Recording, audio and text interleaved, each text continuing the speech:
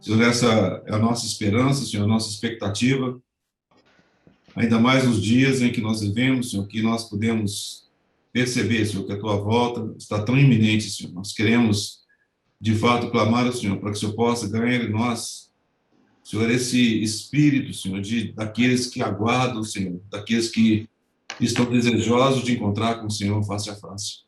Amém. Ó, Senhor, como nós clamamos ao Senhor que nesses dias em que vivemos, o Senhor possa, pelo Teu Santo Espírito, fazer com que nós nos desarreguemos desse mundo, Senhor.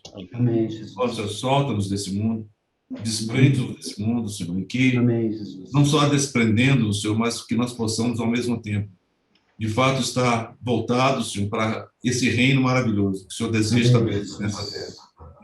Senhor, nós te damos graças porque nós já podemos experimentar isso juntamente com os nossos Amém. irmãos e irmãs, a realidade do reino. Sim, Jesus. Senhor, do reino que o Senhor instalou, o Senhor já implantou aqui em nós, Senhor, porque o Amém, reino Jesus. é de vós. Senhor, nós somos gratos ao Senhor e pela condução do Teu Santo Espírito, pelos momentos Amém. cruciais que nós passamos aos Teus pés. Amém. Isso é nesse lugar que nós queremos permanecer agora, Senhor, como Maria, para ouvir a Tua voz. Sim, Jesus. Nós somos gratos ao Senhor e encomendamos a Ti, Senhor, os nossos 5 pães e os 2 peixinhos, para que o Senhor realmente, do mesmo, possa falar aos nossos corações essa noite. Fortalece-nos, Senhor, porque nós somos aqueles que carecem de Ti. Somos aqueles que dependem do Senhor, no nome do Senhor Jesus. Senhor. Amém. Amém. Amém. Amém. Amém. Muito bem, então, pela misericórdia do Senhor, nós vamos dar prosseguimento ao que nós iniciamos, né?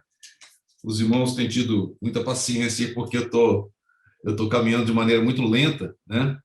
Mas, como os irmãos sabem, nosso encargo é com o que é conhecido como o discurso, né? Ou sermão no Monte das Oliveiras.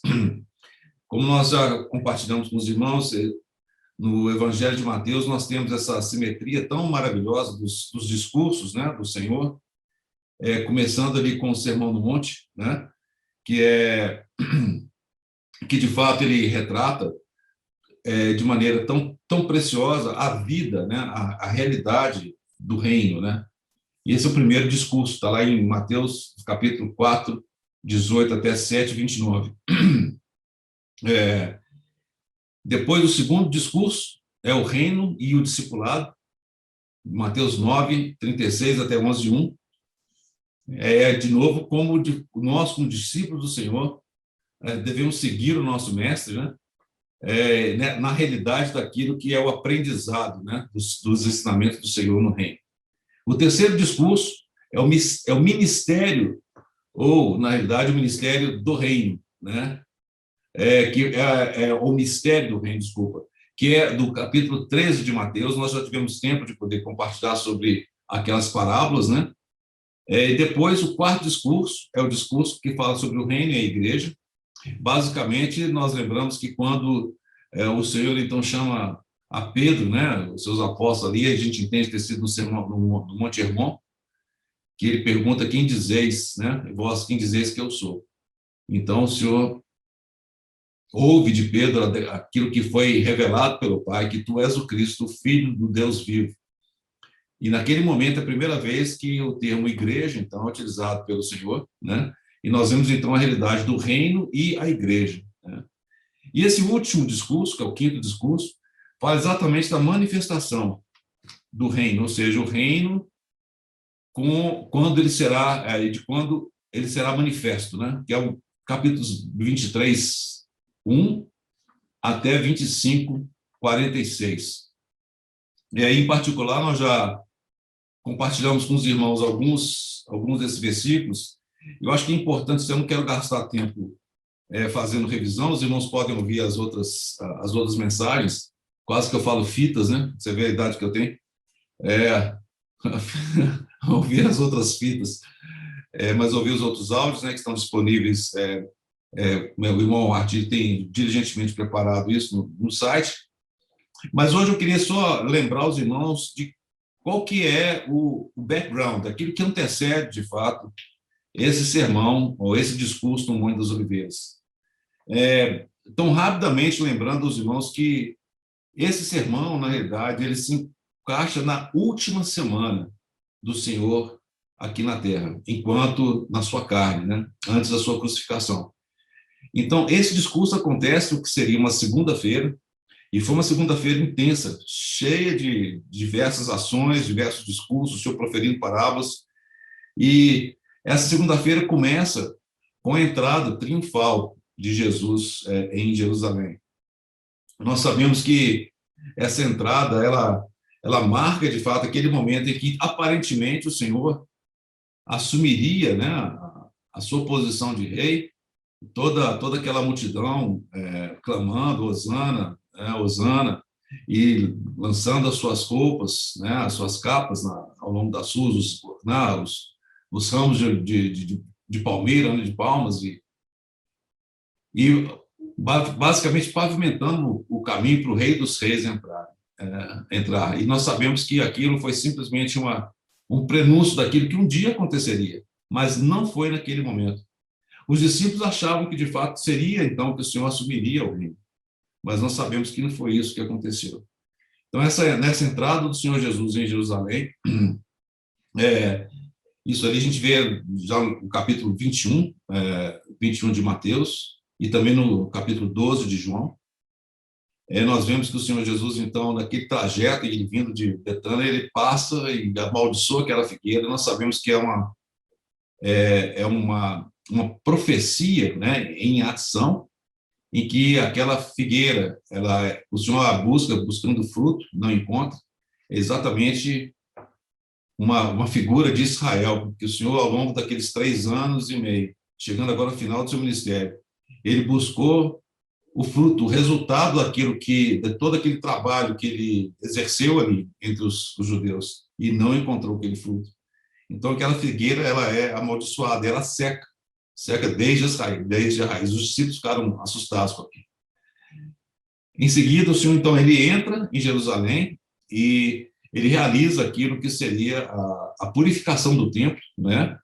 De fato, o templo, que seria a casa de Deus, deveria tinha se tornado um covil de salteadores, né? Aquela situação tão triste que o Senhor Jesus contempla ali. E é muito maravilhoso a gente ver, maravilhoso por um lado e triste por outro. Nós vemos a descrição que é dada desse momento em particular. Acho que seria bom a gente ler aqui. Vamos ler então em Mateus, no capítulo 24. Eu sei que os irmãos estão se recordando aí, em Mateus, capítulo 24.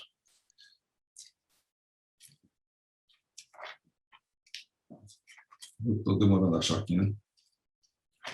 Mateus 24. E é interessante nós vermos como o Senhor, no versículo 1, diz assim: tendo Jesus saído do templo, ia se retirando. Essa frase é muito significativa. E ela nos remete, então, a Ezequiel. Ezequiel, no capítulo 10, os irmãos voltarem comigo lá. Ezequiel, capítulo 10, no versículo 18. Ali fala da glória de Deus. A glória de Deus, então, deixando o templo. Versículo 18, capítulo 10 de Ezequiel. Então saiu a glória do Senhor da entrada da casa e parou sobre os querubins. Os querubins levantaram as suas asas e se levantaram da terra à minha vista. Quando saíram acompanhados pelas rodas, pararam à entrada da porta oriental da casa do Senhor, e a glória do Deus de Israel estava no alto sobre eles. É como se, de fato, aos poucos, a glória fosse deixando, e foi de fato aconteceu, a glória foi deixando, então, o templo. Aquele templo maravilhoso, irmãos, aquele templo ele foi totalmente remodelado e embelezado por Herodes, e o que levou até os discípulos, logo em seguida, como já compartilhei com os irmãos, a comentar com o Senhor, quando eles falam, veja que pedras, né? Veja a edificação desse templo. Mas o que adiantava? A glória do Senhor não estava ali. Aonde que estava a arca? Onde estava a glória, a Shekinah? Ela não estava mais ali.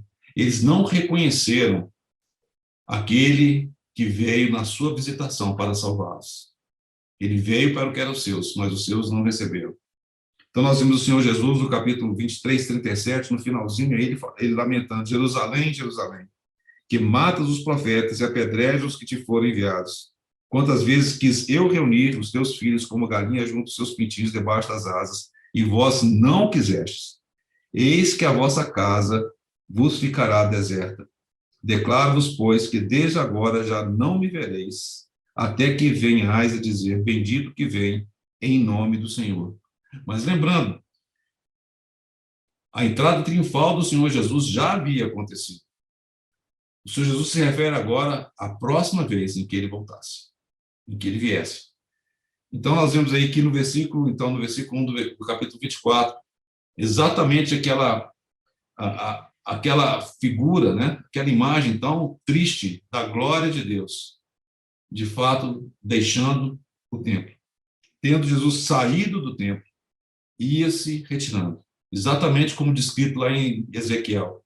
É como se aos poucos ele fosse saindo, né? E olhando de novo, como que a distância, vendo que de fato eles não perceberam o Senhor no dia da sua visitação.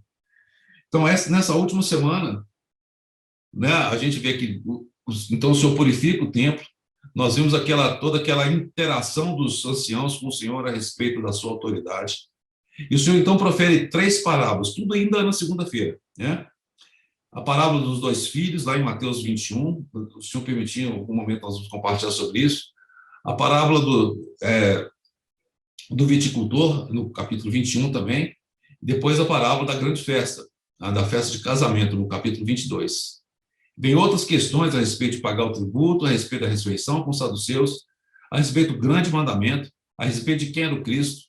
E aí, então, o Senhor, no capítulo 23, Mateus, ele, então, proclama aqueles 7 ais para os fariseus, né, que nós já passamos por isso aí. Muito bem. Ainda na segunda-feira, olha como foi intensa a segunda-feira do Senhor. A gente viu esse lamento do Senhor por Jerusalém. E aí, lá em Marcos, no capítulo 12, e Lucas, no 21, nós vemos ele observando ali que ele estava de frente, né, ao local do tesouro.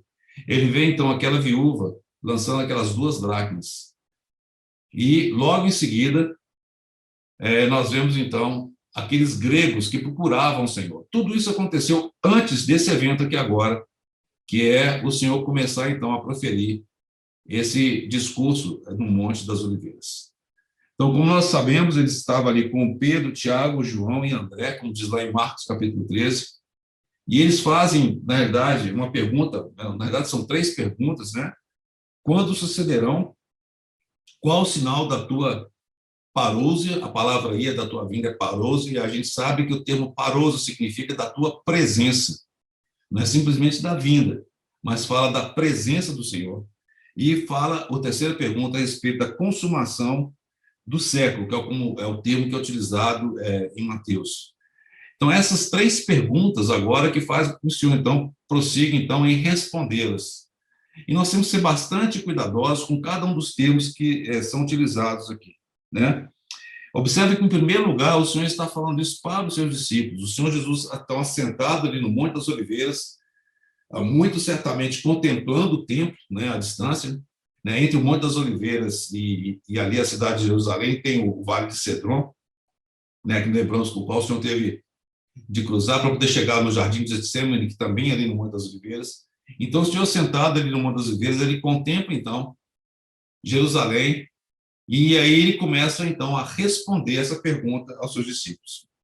Então, muito bem, essas 3 perguntas, elas são chave, porque, na realidade, agora o Senhor Jesus, como o principal, o profeta dos profetas, né?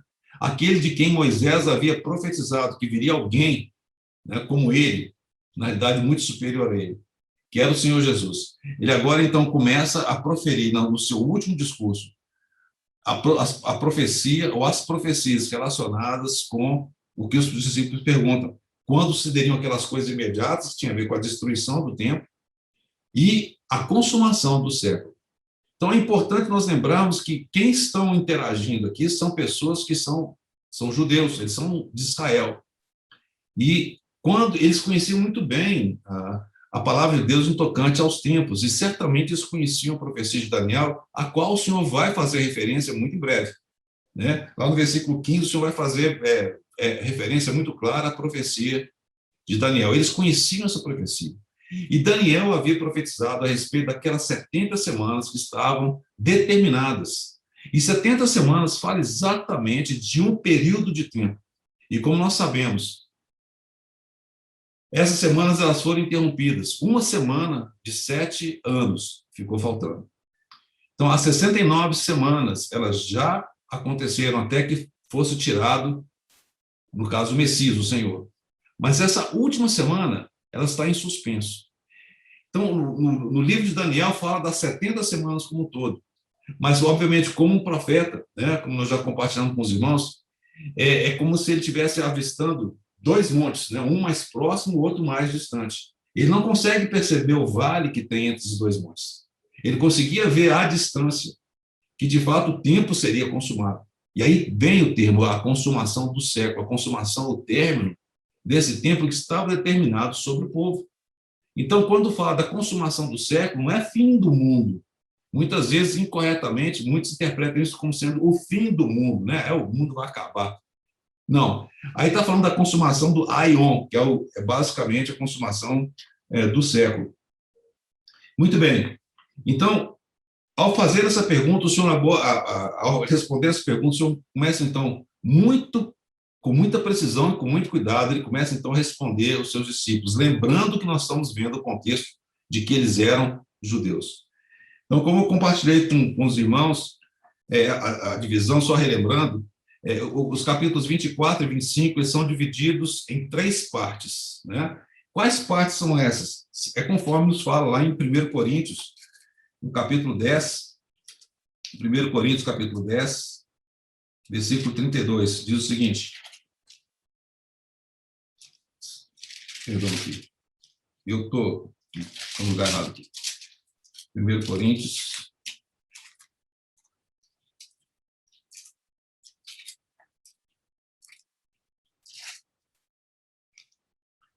Primeiro Coríntios, capítulo 10, versículo 32, diz o seguinte. Não vos torneis causa de tropeço, nem para judeus, nem para gentios, nem tampouco para a igreja de Deus. Então, de alguma forma, o Espírito Santo divide toda a população, se pudéssemos colocar dessa forma, né, os habitantes dessa terra nessas 3 categorias: judeus, gentios e a igreja de Deus. Então, a primeira parte, quando o Senhor responde aos seus discípulos, o foco dele, né, que vai do versículo 4 até o versículo 31, está relacionado ao povo judeu. E nós vamos tentar, de novo, passar rapidamente. Por isso que eu estou devendo algumas explicações da última vez que eu compartilhei. Depois do capítulo 24, versículo 22, até o capítulo 25, versículo 30, então é relacionado à igreja de Deus. E, finalmente, o capítulo 25, de 31 até 46, então é relacionado aos gentios. Muito claramente, então, só repassando aqui, quando o Senhor, então, responde, ele diz o seguinte: vede que ninguém vos engane, porque virão muitos em meu nome, dizendo, eu sou o Cristo, e enganarão a muitos. Então, como os irmãos sabem, os judeus ainda aguardam a vinda do Messias. Para eles, o Messias não veio ainda. Eu vi recentemente lá em Israel uma família que, por algum motivo, eles se vestiam como se fossem judeus ortodoxos, mas eles, de fato, são irmãos em Cristo. Eles foram, entre aspas, pegos, porque um dos meninos na escola falou de Jesus, né? Então, hoje a gente sabe que isso é uma coisa muito grave. Para eles que, de alguma forma, se passam por judeus ortodoxos, eles foram, de alguma forma, se sentiram enganados, né? E eles não creem. E todo aquele que fala a respeito de Jesus, para eles, é anátema, né? Alguém que está falando uma heresia. Então, quando fala aqui que eu sou o Cristo, enganaram a muitos, de fato, Cristo, na verdade, dizendo que se eu sou o ungido, ou seja, o Messias teria vindo. Então, de fato, teria enganado não só aqueles que creram no Senhor, os judeus que creram no Senhor, mas o próprio povo judeu. E fala, e certamente ouvireis falar de guerras e rumores de guerras. Veja, não vos assusteis, porque é necessário que assim aconteça, mas ainda não é o fim, não é o fim ainda. Isso fica claramente colocado no versículo 7, quando diz, porquanto se levantará nação contra nação, reino contra reino, e haverá fomes e terremotos em vários lugares. Porém, Tudo isso é o princípio das dores de parto. O termo que aparece aí, no grego, é dores de parto.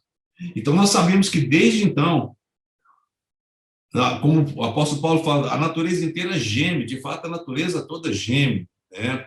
Aguardando, então, a manifestação dos filhos de Deus. Existe um processo de dores do parto, em que todo esse universo está passando, em particular, a humanidade está passando, e que todo esse processo está ocorrendo de maneira muito intensa, mas com foco muito intenso, obviamente, no povo judeu. Tá? Então, sereis atribulados e vos matarão, sereis odiados de todas as nações por causa do meu nome. Nesse tempo, muitos são de escandalizar, trair e odiar uns aos outros. Levantar-se-ão muitos falsos profetas, enganarão a muitos, e por se multiplicar a iniquidade, o amor se esfriará de quase todos. Aquele, porém, que perseverar até o fim, ao fim, novamente aqui, será salvo. Nós sabemos que a nossa salvação, a vida eterna nossa, não é por meio da nossa perseverança. Nós sabemos que a nossa salvação, ela é pela fé em Jesus Cristo. Então, quando fala que aquele perseverar até o fim, essa perseverança e essa salvação aqui não se referem a cristãos, mas serão salvos daquilo que vai estar acontecendo naquele momento. Eu vou ampliar isso aqui mais um pouquinho. E será empregado este evangelho do reino por todo o mundo, para testemunha a todas as nações, então virá o fim.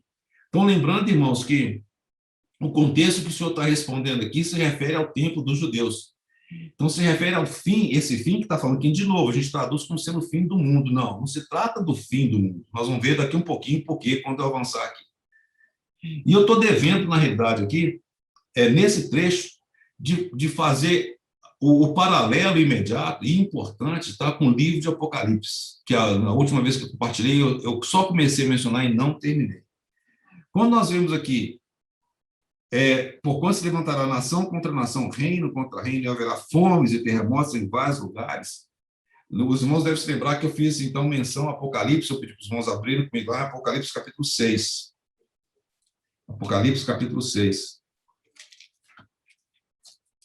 Apocalipse capítulo 6, eu vou daqui a pouquinho colocar aquela transparência de novo, que eu acho que nos ajuda a entender o contexto onde nós estamos, que às vezes fica um pouquinho complicado. Então, no capítulo 6 de Apocalipse, nós lemos, versículo 1. Vi quando o Cordeiro abriu um dos 7 selos. Lembra? No capítulo 5, nós vemos aquela cena maravilhosa, né, que João, ele havia visto o Senhor, a última vez que ele havia visto o seu Senhor, era o Senhor sendo tomado pelas nuvens, ele não sabia o que tinha acontecido depois daquelas nuvens. E o irmão Cristo costumava falar que toda vez que João via alguma nuvem, ele ficava sempre esperando que talvez naquela nuvem estivesse o seu Senhor. Mas é ali em Patmos, então, que quando ele recebe aquela revelação do alto, que ele vê de fato o que aconteceu além das nuvens. Ele vê o Cordeiro que foi recém-imolado, o único que tinha autoridade de poder tomar aquele livro e tirar os seus selos. Então, o Cordeiro toma aquele livro e começa, então, a tirar os selos. É um processo que vai ser um processo continuado. Ele começa a tirar os selos, e aqui fala do primeiro selo. Abriu um dos 7 selos e ouviu um dos 4 selos viventes dizendo, como se fosse voz de trovão, vem. Vi, então, e eis um cavalo branco, esse é o primeiro cavalo, e o seu cavaleiro como arco, e foi-lhe dada uma coroa.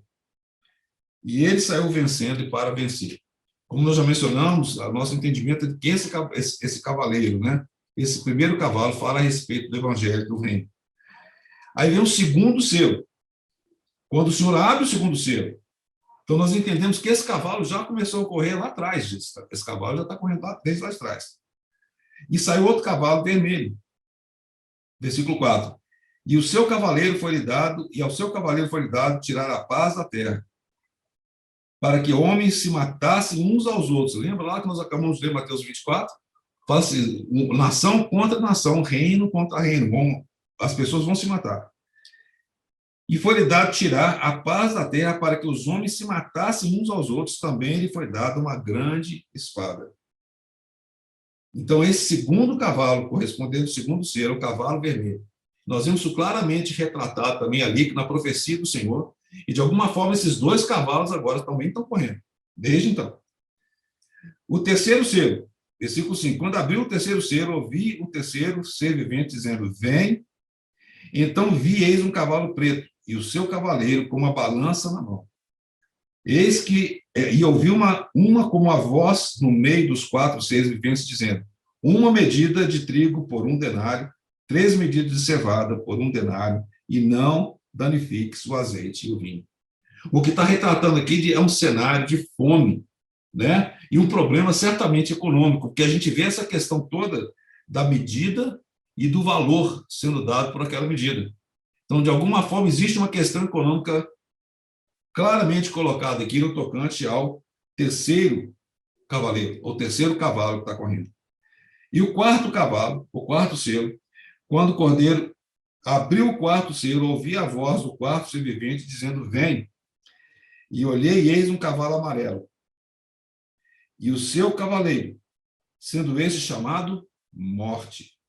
É impressionante esse versículo aqui, que neste momento a morte ela é personificada.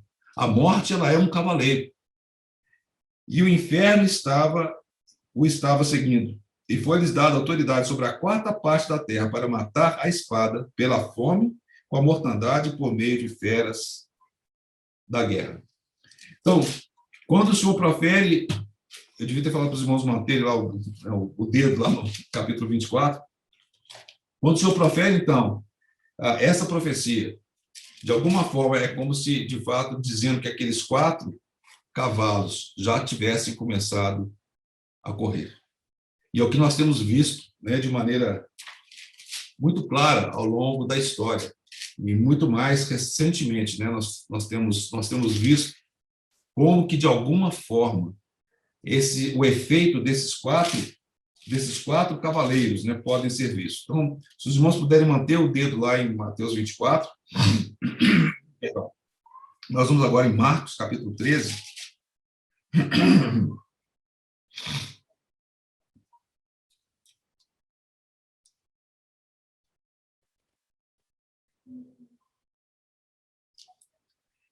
Versículo 13, versículo 8. Porque se levantará nação contra nação e reino contra reino. Haverá terremotos em vários lugares e também fomes. Essas coisas são o princípio das dores. Perdão. Então, quando nós vemos a situação que surge, né, por conta da ação desses 4 cavaleiros, de fato nós podemos verificar que já está ocorrendo. Lucas, no capítulo 21, perdão. Lucas 21. De novo, é o paralelo desse texto. Lucas, capítulo 21, versículo 10. Então lhes disse: levantar-se-á nação contra nação, reino contra reino, haverá grandes terremotos, epidemias e fome em vários lugares, coisas espantosas e também grandes sinais no céu. O que nós podemos dizer? Senão que é o que nós temos vivido e presenciado de alguma forma. E só deixando claro, esse primeiro trecho que eu mencionei aqui, do versículo 4 até o versículo 14, isso cobre desde aquela época dos apóstolos, né, até o fim do tempo determinado sobre os judeus. Então, assim, é algo que está em andamento desde então. Mas o Senhor fala que aquilo ali era apenas o princípio das dores de parto. Não era o fim ainda. Não era o fim ainda. Então, esse paralelo com o Apocalipse é muito relevante. Quando nós vimos falar dessas dores de parto, nós sabemos que esse é um sinal fundamental de que aquilo, de fato, era apenas o princípio. Não era a resposta que os discípulos tinham perguntado, como seria o final daquelas coisas, né? E observe que o Senhor fala, ele começa respondendo, ele não está respondendo sobre a consumação do século, a consumação do aion em relação a ele. Ele começa a responder de maneira mais ampla esse período mais amplo, né? Eu vou tentar ver se eu coloco aquela transparência de novo aqui. Tentar não, eu vou colocar. Vamos ver se vai funcionar aqui. Os irmãos perdoem pelo barulho de fundo aqui, que tem um ruído danado aqui.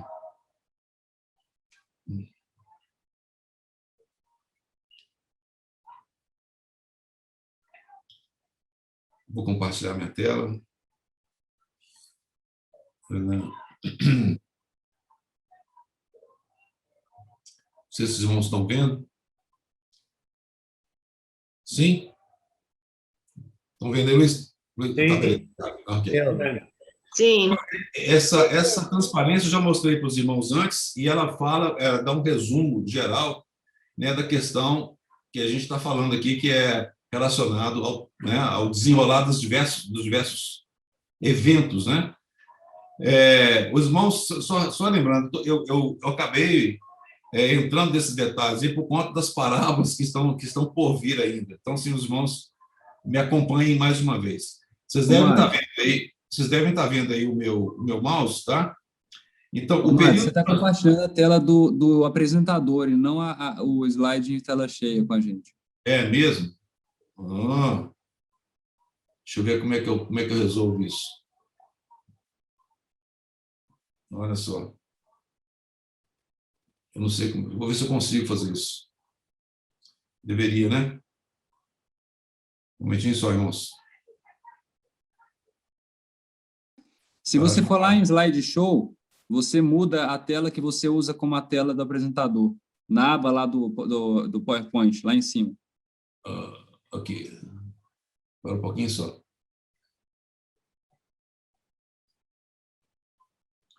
Eu coloquei no modo apresentação de novo, agora eu tenho que escolher a tela. Eu não estou vendo essa tela aqui. Eu vou tentar de novo. Se não der, vai ficar desse jeito mesmo, tá bom? Tela 2, desktop 2. Vê se aparece aí.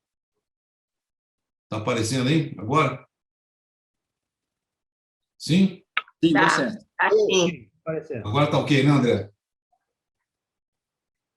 André? Tá ok agora, tá ok, certinho. Obrigado. Isso aí, beleza. Então, obrigado a você. Então, como a gente está vendo aí, o momento que nós estamos falando, basicamente é esse momento aqui, ó. Essa aqui é a era da igreja, né? Nós lembramos que Nosso Senhor, ele foi assunto aos céus, como relatado ali em Atos, capítulo 1, né? No versículo de 9 a 11. O Senhor, então, ele é arrebatado até as nuvens, e nós sabemos, então, que o Senhor vai até o trono, né? Desse momento, começa, então, a era da igreja. Perfeito?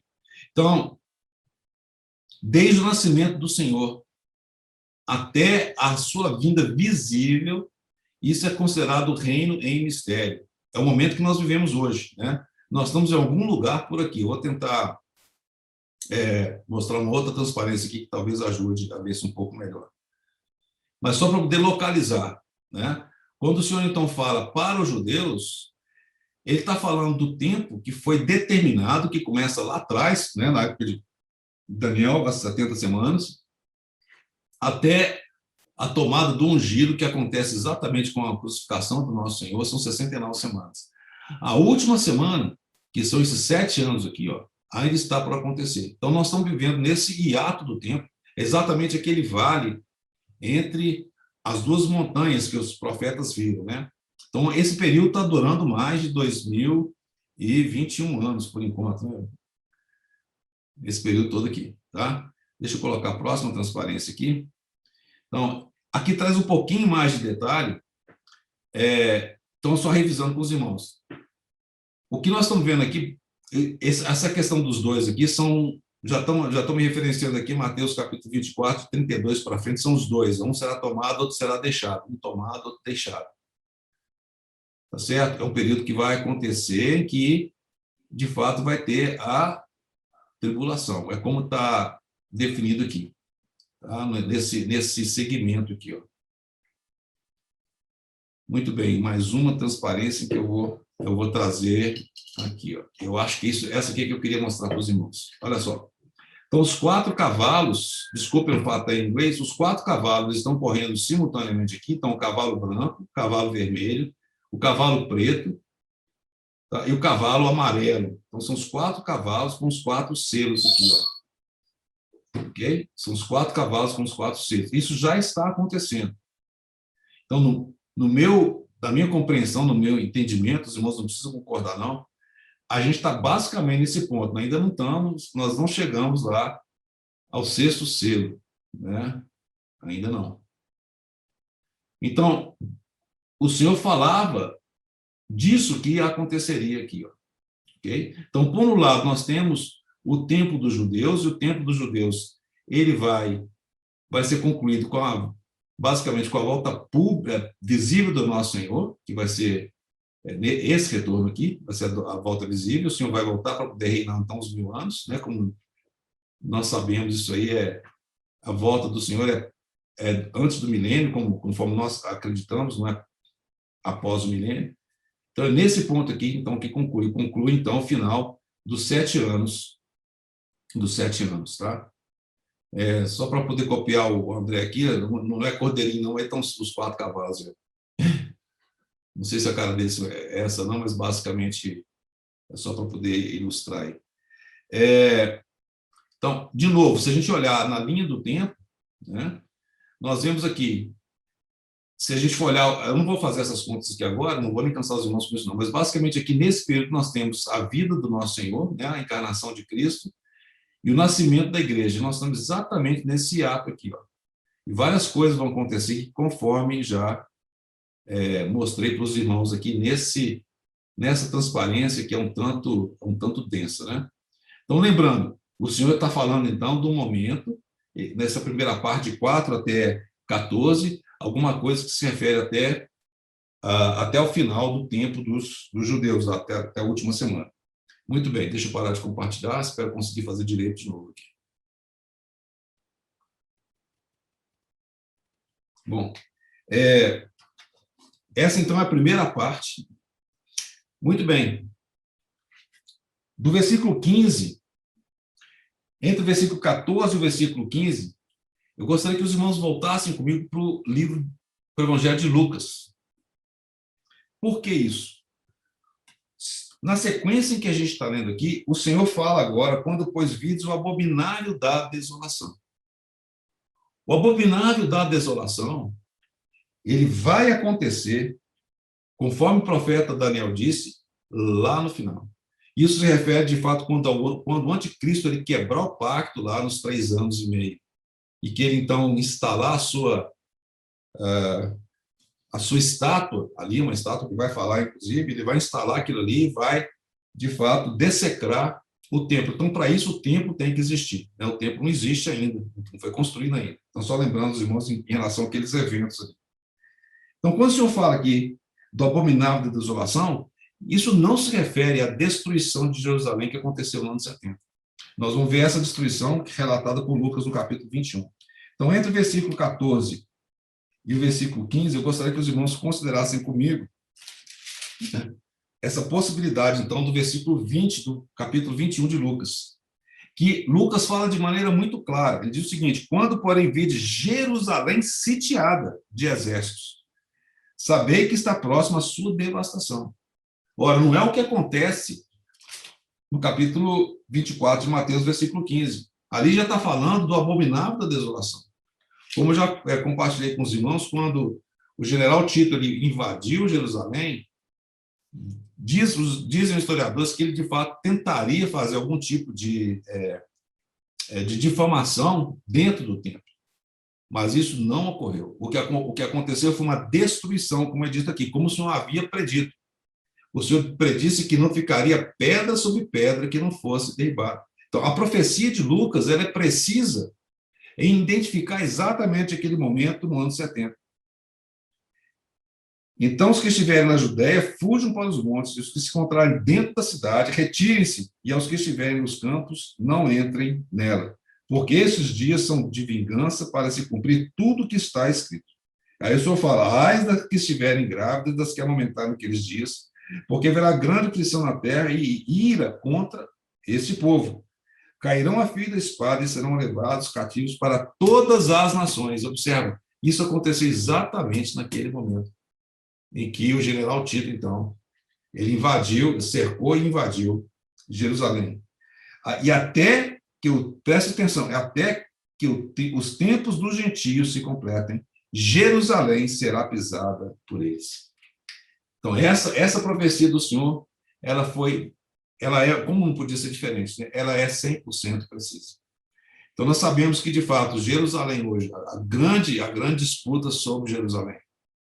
Nós sabemos que lá no início dos anos 2000, por ali, houve uma tentativa, de fato, de negociar as terras da Palestina.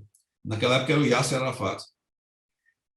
Basicamente, Israel colocou na mesa de negociação 90 e tantos % do território, devolvendo para os palestinos, apenas Jerusalém ficando com Israel. Foi o negócio do século. E os palestinos não toparam. Por muito pouco, a Palestina já teria uma área hoje equivalente basicamente quase à totalidade do Estado de Israel. Mas por causa de Jerusalém, eles não quiseram. E a gente sabe que depois daquilo, várias situações, várias antifadas, né, aconteceram. E a situação ficou como nós a vemos hoje, nessa situação de tensão constante ali no Oriente Médio. Lembrando, irmãos, que o nosso relógio é Israel, né? O nosso relógio é ali, o Oriente Médio. Então, Jerusalém seria pisada pelos gentios até que se completassem os dias. Então, assim,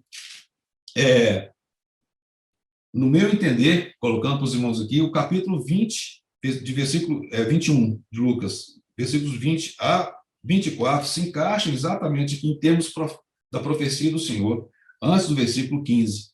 E aí vem, então, que é o que nós vamos considerar agora, do versículo 15 até o versículo 26. Do versículo 15 até o versículo 26 agora, então, o Senhor está se referindo àquele momento que eu mostrei no gráfico para os irmãos, que é dos 3 anos e meio, dos últimos 3 anos e meio. Os últimos 3 anos e meio, porque naquele ponto, 1260 dias, o anticristo ele vai, então, quebrar o pacto que ele havia feito com o povo de Israel. E naquele momento, então, quando esse pacto for quebrado, é o que o Senhor Jesus está descrevendo aqui, fazendo referência, lembrando os discípulos, eles conheciam muito bem aquela profecia de Daniel.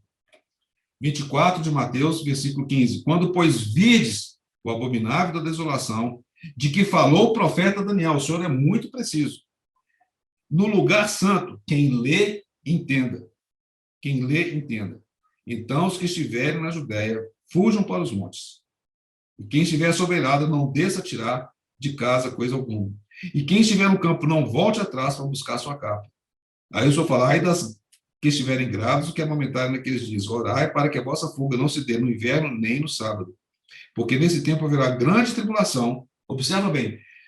Como desde o princípio do mundo até agora não tem havido e nem haverá jamais. Então, é um período muito específico de tribulação. Alguns irmãos entendem que também essa profecia do Senhor pode ser vista como a questão do cumprimento remoto do cumprimento distante. Né? Como, de fato, isso aqui encapsulasse também o que está escrito lá em Lucas, capítulo 21. Né? Mas aqui é muito claro, o Senhor diz aqui, como desde o princípio do mundo até agora não tem havido e nem haverá jamais, ou seja, nunca mais ocorrerá. Então, de fato, está falando daquele último período de tribulação, que é a grande tribulação. Então, assim, quando o Senhor fala isso, o Senhor está sendo exato na sua colocação. Versículo 22. Não tivesse aqueles dias sido abreviados, ninguém seria salvo, mas por causa dos escolhidos. De novo, como esse segmento, essa parte do capítulo 24 de Mateus está falando para os judeus. De novo, está falando os judeus como povo escolhido de Deus. Tais dias, por causa dos escolhidos, tais dias serão abreviados. Então, se alguém vos disser, eis aqui o Cristo, ou ei-lo ali, não acrediteis. Porque surgirão falsos cristos e falsos profetas. Observa, fala Cristo, ungidos e profetas. Essa é uma terminologia que tipicamente é voltada para os judeus. Quando Pedro fala na sua epístola, ele fala falsos mestres. Falsos mestres. É interessante que há uma diferença aqui da maneira como é colocada. Os judeus estão acostumados com os profetas, né? Então, assim, operando grandes sinais e prodígios. Então, qual que é o grande diferencial nesse momento aqui? Porque esses falsos cristos, E falsos profetas, eles estão fazendo grandes sinais, não é coisa pequena, não é coisa de pequena monta. São grandes sinais, não é apenas sinais, mas grandes sinais. E prodígios. Prodígio significa coisas realmente grandiosas. É coisas como nós talvez não tenhamos visto até então. Se possível, enganaria até os eleitos. Vede, vô-lo tenho predito. O que o Senhor está dizendo? Quem está proferindo essa profecia sou eu. Eu sou o principal, o maior dos profetas. Eu sou o profeta dos profetas. Vô-lo, eu tenho predito. Versículo 26. Portanto, se vos disserem, eis que ele está no deserto, não saiais. Ou ele no interior da casa, não acrediteis. Então, irmãos, quando nós vemos toda essa descrição do Senhor, do que vai estar acontecendo ali, naquele momento, então eu vou tentar colocar de novo essa transparência aqui, espero agora, se eu errar, o André vai me ajudar de novo aí, né, André? Espero que agora dê certo.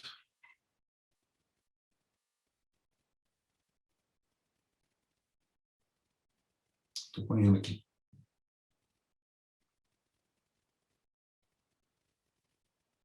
Ok. Share screen. Desktop. Isso aqui. Ok. Acho que vai dar certo agora. Deu certo? Deu certo. Beleza. Então, esse momento que nós estamos falando aqui é exatamente esse momento aqui, ó, desses últimos 3 anos e meio. Esses últimos 3 anos e meio. Quando, de fato, aqui nesse momento, o anticristo, então, ele vai colocar a sua estátua, né? No santo. Está botando o seu ponteiro, não sabemos aonde. Agora sim, agora deu. Ok. Desculpa. Então, aqui, nesse ponto aqui, na metade dos 3 anos, 1.260 dias, irmão, tem todos os textos em Apocalipse que tratam disso, né? E nós não estamos nem mencionando aqui, não, mas de qualquer forma, só para os irmãos lembrarem, é isso que o Senhor Jesus se referiu. Nesse momento aqui, ó, esse último momento aqui, ó, se o Senhor não tivesse abreviado, realmente, por causa dos eleitos, ninguém se salvaria. Mas olha só que impressionante. Quando nós vemos agora, do ponto de vista celestial, nós sabemos que o Senhor, ele vai voltar de maneira secreta, do trono até as nuvens. Lembra quando ele foi assunto aos céus? Foi do Monte das Oliveiras até as nuvens e das nuvens até o trono. E agora o Senhor vai voltar da mesma maneira com que ele foi, só que da maneira inversa, ele vai do trono até as nuvens. Então, em algum momento, o Senhor vai descer até as nuvens. Aqui, então, vai acontecer o tribunal de Cristo, e são pontos que talvez a gente precise rever, a questão da grande tribulação, a questão do tribunal de Cristo, a questão do arrebatamento, são pontos importantes para que nós possamos compreender esse cenário. Então, aqui nós temos o tribunal de Cristo, então, o bima de Cristo, né, como a palavra de Deus nos fala, em que nós seremos, então, avaliados pelo nosso mestre por conta de tudo aquilo que nós fizemos, né, por meio da nossa carne, enquanto nós estivemos aqui. Tem uma parábola em particular que nós vamos estar compartilhando em breve, se eu permitir, que vai tratar desse ponto, inclusive. Então, eu não falei disso aqui ainda, né, mas nesse ponto aqui, ó, o Senhor, então, Jesus retorna com os seus. É nesse momento que o Senhor diz aqui, ó, se não tivesse abreviado, é nesse momento aqui que o Senhor vai vir de forma visível. Aí vem, acompanhe comigo aí, versículo 27. Do versículo 27 ao 31, então, é a outra parte dessa profecia. Porque assim como o relâmpago que sai do Oriente se mostra até o Ocidente, assim há de ser a vinda. Aqui fala da vinda visível. Observe que diferente a volta do Senhor como um todo, ela está nesses estágios, mas quando fala da vinda visível do Senhor, ela vai acontecer aqui, porque o relâmpago, ele é visto, né? Assim como o relâmpago sai do Oriente e se mostra até o Ocidente, assim é de ser a vinda do Filho do Homem. Onde estiver o cadáver, aí se juntarão os arbustos. Observe, perdão. Vamos abrir lá em Apocalipse, capítulo 19, é só revendo isso aí muito rapidamente, que eu já falei sobre isso. Apocalipse capítulo 19, aqui é a nossa referência a respeito desse ponto em particular. Diz assim, versículo 11, capítulo 19. Viu o céu aberto e eis um cavalo branco. O seu cavaleiro se chama Fiel e Verdadeiro, e julga e peleja com justiça. Quem é esse? Senão o nosso próprio Senhor. Os seus olhos são chama de fogo. Na sua cabeça há muitos diademas. Tem um nome escrito que ninguém conhece, senão ele mesmo. Está vestido de um manto tinto de sangue, e seu nome se chama o Verbo de Deus. Irmãos, não tem a menor dúvida. Esse é o nosso Senhor. E seguiu nos exércitos que há no céu, montando cavalos brancos, com vestiduras de linho finíssimo, branco e puro. Sai da sua boca uma espada afiada, para com ela ferir as nações, e ele mesmo as regerá com cetro de ferro, e pessoalmente pisa o lagar do vinho do furor da ira do Deus Todo-Poderoso. Então, a gente vê que, de fato, agora o Senhor está voltando de maneira visível. E exatamente esse ponto aqui, ó, essa setinha alaranjada aqui, ó, que vai dar conclusão, que, de fato, é o fim. Aí o Senhor, de fato, está registrando o fim do Aion, daquele tempo que estava determinado para o povo judeu, conforme dito lá no profeta Daniel. Ixi, está acontecendo alguma coisa aqui que eu não estava prevendo aqui. Deixa eu voltar aqui. Então, só reforçando aqui, do versículo 27 de Mateus, capítulo 24, até 31, então, nós vimos aqui a volta visível do Senhor. Quando fala no versículo 28, onde estiver o cadáver, aí se juntaram os abutres, no capítulo 19 de Apocalipse, aí onde estava, no versículo 21, os restantes foram mortos com a espada que saía da boca daquele que estava montado no cavalo, e todas as aves se fartaram das suas carnes. Então, está falando de uma questão muito clara aqui, que é a conclusão daquela batalha do Armagedon, né? Os judeus vão estar apertados ali, né? sem uma solução, sem saída, mas o Senhor, quando colocar os seus pés, pousar os seus pés sobre o Monte das Oliveiras, como diz lá em Zacarias, o Monte das Oliveiras vai se fender em dois, e ali vai ser a saída, né? Para que os judeus, então, possam se livrar daqueles exércitos que haviam se ajuntado, né, no Vale de Jezreel, para poder, então, exterminar o povo de Deus. Nós sabemos que essa é a intenção daqueles que circundam Israel, claramente colocado por países como o Irã, né, que eles desejam, de fato, exterminar, varrer Israel do mapa. Esse é o desejo das nações que circundam Israel. Em algum momento isso vai... Eles vão tentar fazer isso acontecer, mas o Senhor virá aqui nesse momento e com grande glória o Senhor vai desbaratar os inimigos. Nós lemos ali que o sangue, né, daquela batalha vai chegar até o freio dos cavalos, ali em Bosra, né, que fica ao norte, fica ali na Jordânia, né, em Petra. Bom, eu estou chegando ao final aqui, irmãos. Eu só vou terminar até o capítulo 30, até o versículo 31, porque, se o Senhor permitir, a próxima vez, acho que não será necessário mais eu voltar em tantos detalhes aqui, que a gente quer avançar aqui agora para o versículo 32. Mas vamos terminar o capítulo 24 até o versículo 31. Aí diz, versículo 29, logo em seguida, a tribulação daqueles dias, o sol escurecerá e a lua não dará sua claridade. As estrelas cairão do firmamento e os poderes do céu serão abalados.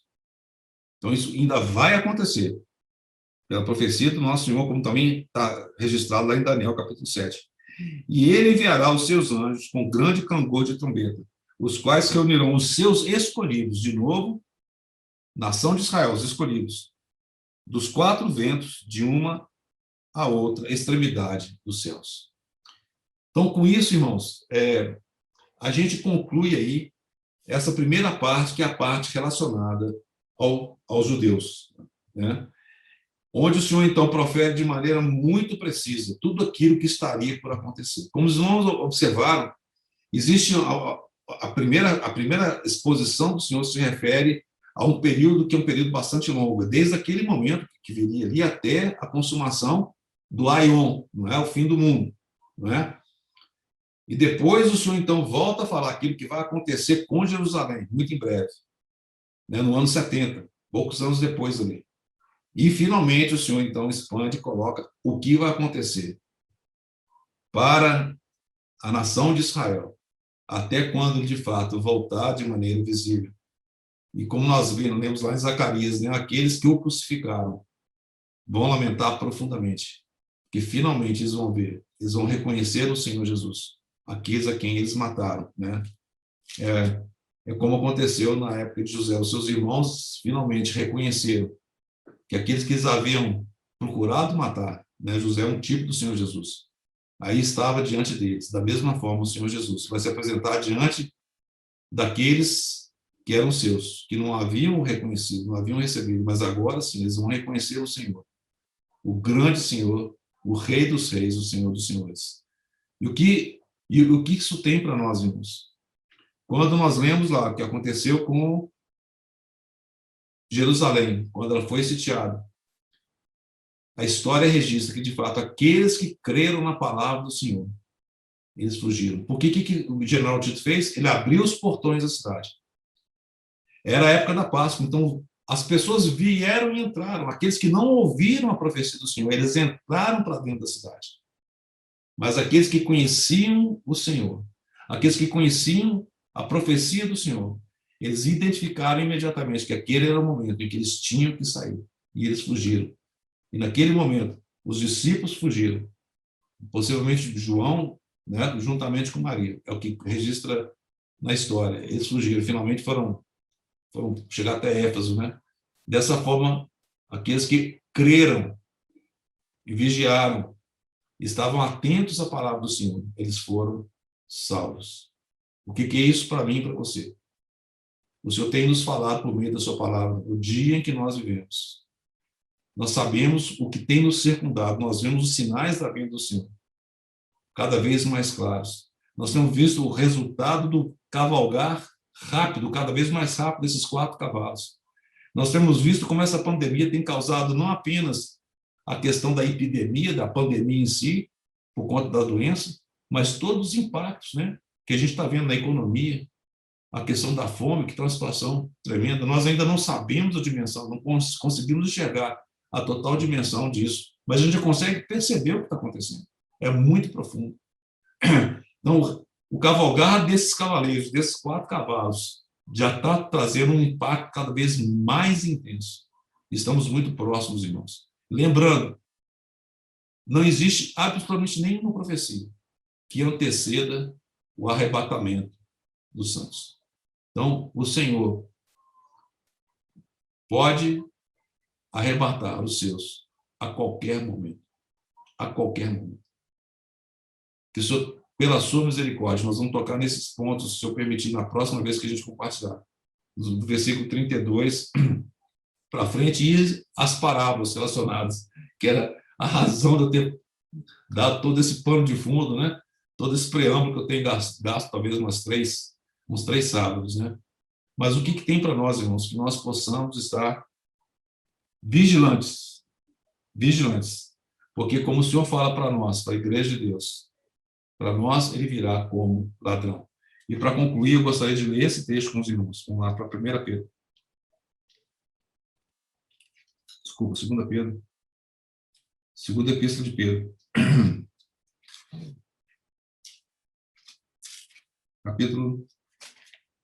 Capítulo 2, versículo 19. Temos assim tanto mais confirmada a palavra profética, e fazeis bem em atendê-la, como uma candeia que brilha em lugar tenebroso. Olha só, nós estamos vivendo talvez o momento mais escuro, mais negro da história da humanidade. Como uma candeia que brilha em lugar tenebroso, até que o dia clareie e a estrela da alva nasça em vosso coração. Sabendo, primeiramente isso, que nenhuma profecia da Escritura provém de particular elucidação. Porque nunca jamais qualquer profecia foi dada por vontade humana. Entretanto, homens santos falaram da parte de Deus, movidos pelo Espírito Santo. Capítulo 3. Versículo 3. tendo em conta, antes de tudo, que nos últimos dias virão escarnecedores, com os seus escárnios andando segundo as próprias paixões, e dizendo, onde está a promessa da sua vinda? Versículo 10. Desculpa, versículo 9. Não tarda o Senhor a sua promessa, como alguns a julgam demorado. Versículo 10. Virá, entretanto, como ladrão o dia do Senhor. Versículo 11. Visto que todas essas coisas hão de ser assim desfeitas, deveis ser tais como os que vivem em santo procedimento e piedade. Lembrando que piedade é semelhança com Deus. Ou seja, sermos conformados à imagem do seu Filho, esperando e apressando a vinda do dia de Deus, por causa do qual os céus incendiados serão desfeitos e os elementos abrasados derreterão. Nós, porém, segundo a sua promessa, esperamos novos céus e nova terra, dos quais habita justiça. Versículo 14. Por essa razão, pois, amados, esperando estas coisas, empenhai-vos por seres achados por ele em paz, sem mácula e irrepreensíveis. Sem mácula e irrepreensíveis. Essa é a exortação para cada um de nós. Realmente, a volta do Senhor visível está próximo. O arrebatamento mais próximo ainda. Que o Senhor realmente possa, pela misericórdia dele, nos fortalecer. Cada um de nós. A gente está vivendo momentos difíceis, nós sabemos disso. Nós sabemos muitos irmãos e irmãs sozinhos, às vezes, sem muito contato. Mas, irmãos e irmãs, vamos permanecer firmes, que o Senhor possa fortalecer o homem interior de cada um de nós, para que ele possa alcançar em você e em mim tudo aquilo que ele deseja alcançar por meio desse processo difícil que nós estamos passando. Graças ao Senhor, porque a nossa libertação se aproxima. Que o Senhor nos encontre entre aqueles que estejam firmes na sua volta. Vamos ter só mais uma palavra de oração. Senhor, nós te damos graça por aquilo que nós ouvimos a tua palavra, Senhor. Quão maravilhosas são as tuas palavras. São doces. Senhor, quão precisos, Senhor. Quão precisas são as tuas palavras. Nós sabemos que passarão o céu e a terra, mas as tuas palavras não passarão. Amém. Nós sabemos, Senhor, que o Senhor, ao proferir essas profecias, o Senhor queria, de fato, nos encorajar. Amém. E nos alertar a estarmos prontos, Senhor. Amém. Senhor, para nos encontrarmos com o Senhor. Como nós precisamos do Senhor. Como nós precisamos do Senhor. Nós carecemos do Senhor. Nós carecemos do teu Santo Espírito. Amém. Operando em nossas vidas. Ó, Senhor, se nós temos resistido, o Senhor tenha misericórdia, o Senhor não passe de nós. Amém. Não passe de nós, Senhor. Tenha paciência conosco. Amém. Então nós queremos pedir ao Senhor que o Senhor realmente tenha paciência conosco. O Senhor é longânimo. O Senhor é longânimo. Nós sabemos disso, Senhor. Nós clamamos ao Senhor para que o Senhor nos fortaleça nos dias em que vivemos. Ó, Senhor, para que realmente nós possamos estar de pé, Senhor, na tua vida. Nós pedimos a Ti nessa noite, em nome do Senhor Jesus. Amém. Amém. Amém.